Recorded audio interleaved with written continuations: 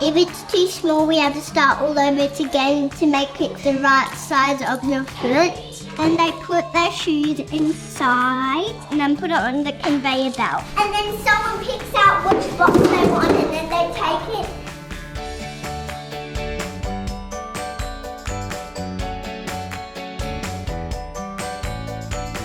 One of the interesting things that we've learned in our research over 5 years is that children at 3 begin to make decisions about if STEM is for them.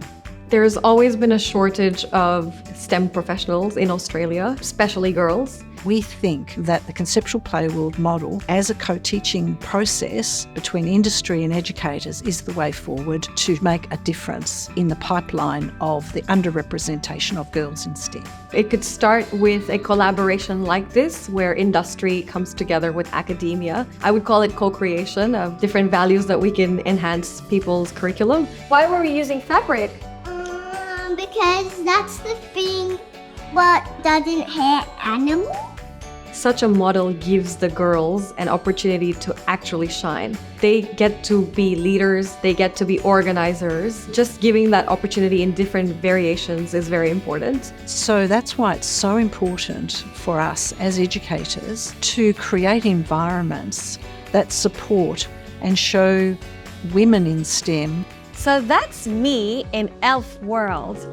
This is my day as an engineer in Elfland. For all the children to see Ash as a chief elf engineer and to have her show them what her day is like, going through all her daily process. It was very exciting for the children. So after I do the check and on my checklist, I work, yes. I go to my office to do data analysis. Does anyone remember what data is? Yeah. We saw that visibility really matters. Just me being there as a female chief elf engineer, I think it was very comforting for them to come around and share their views with me, because we saw them gather around a lot. They were proactive and more confident to put their voices forward and their concepts and ideas forward. To make the shoe factory to make shoes. So we need to know where all the pieces were, so we build it out of arts and crafts. And we can also make it down to boxes.